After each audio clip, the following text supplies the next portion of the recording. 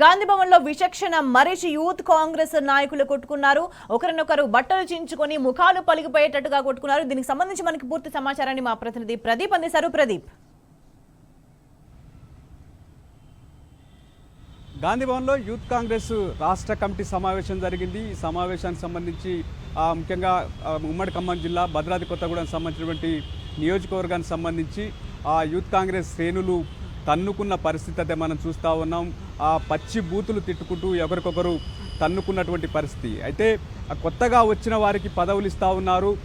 ఏదైతే యూత్ కాంగ్రెస్ ఏదైతే మొదటి నుంచి ఉన్న వారికి పార్టీని అంటిపెట్టుకున్న వారిని పక్కన పెట్టి కొత్తగా వచ్చిన వారికి పదవులు ఎలా ఇస్తారని చెప్పి చర్చ జరుగుతున్నటువంటి క్రమంలో ఇతరులు కూడా అంతే స్థాయిలో రియాక్ట్ కావడంతో ఒకరికొకరు తన్నుకున్నటువంటి తీరు మనం చూస్తూ ఉన్నాం. చొక్కాలు కూడా చిరిగినటువంటి పరిస్థితి, దాదాపు ఒక గందరగోళ వాతావరణం అయితే నెలకొన్నటువంటి పరిస్థితి. ఏం జరుగుతుందో తెలియనటువంటి కొద్దిగా ఉద్రిక్త వాతావరణంలో ఏం జరుగుతుందో కూడా తెలియనటువంటి పరిస్థితి అయితే మనం చూస్తూ ఉన్నాం. పెద్ద ఎత్తున మీటింగ్ హాల్ నుంచి బయటకు వచ్చి గాంధీ భవన్ పరిసర ప్రాంతాల్లో పెద్ద ఎత్తున తన్నుకున్నటువంటి తీరు మనం చూస్తూ ఉన్నాం. మొదటి నుంచి యూత్ కాంగ్రెస్ సంబంధించినటువంటి శ్రేణులు ఎవరైతే ఉన్నారో మాకు అన్యాయం జరుగుతుంది, పదవుల విషయంలో కొత్తగా వచ్చిన వారికి ఏ రకంగా పదవులు ఇస్తారు, ఇలా ఇవ్వడం కరెక్ట్ కాదు అని చెప్తున్నటువంటి పరిస్థితి. వైపు ప్రభుత్వం పరంగా గుర్తింపు లేదు, రెండోది యూత్ కాంగ్రెస్లో గుర్తింపు కూడా లేదని చెప్పి మాట్లాడుతున్నటువంటి క్రమంలో కొత్తగా వచ్చినటువంటి వారికి సంబంధించి ఇరు వర్గాల మాట పెరిగి ఏదైతే కొట్లాడుకున్నటువంటి పరిస్థితి, తీవ్ర స్థాయిలో దూషణలు, మరోవైపు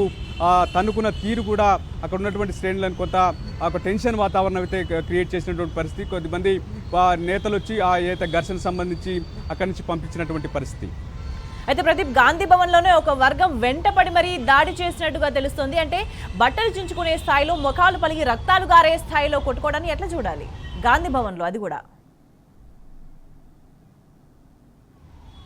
అయితే యూత్ కాంగ్రెస్ సంబంధించి చాలామంది ఏదైతే మొదటి నుంచి యూత్ కాంగ్రెస్ అదేవిధంగా ఎన్ఎస్యుఐ పార్టీని అంటపెట్టుకున్నటువంటి వారు చాలామంది ఉన్నారు. కానీ కొత్తగా వచ్చిన వారికి అయితే కమిటీలో చోటు కల్పించడం ఒకటైతే, రెండోది వారికి ప్రయారిటీ ఇస్తున్నారనే అంశం సంబంధించి చర్చ జరిగినటువంటి నేపథ్యంలో ఇరు వర్గాలకు మాట పెరిగింది. అయితే ఎవరైతే ఇతర వర్గాలు ఉన్నారో వారిని తీవ్ర స్థాయిలో అయితే మొదటి నుంచి ఉన్నటువంటి యూత్ కాంగ్రెస్ శ్రేణులు ఎవరైతే ఉన్నారో తీవ్ర స్థాయిలో వారిని వెంటాడి కొట్టినటువంటి పరిస్థితి, చెక్కాలు కూడా చింపినటువంటి పరిస్థితి.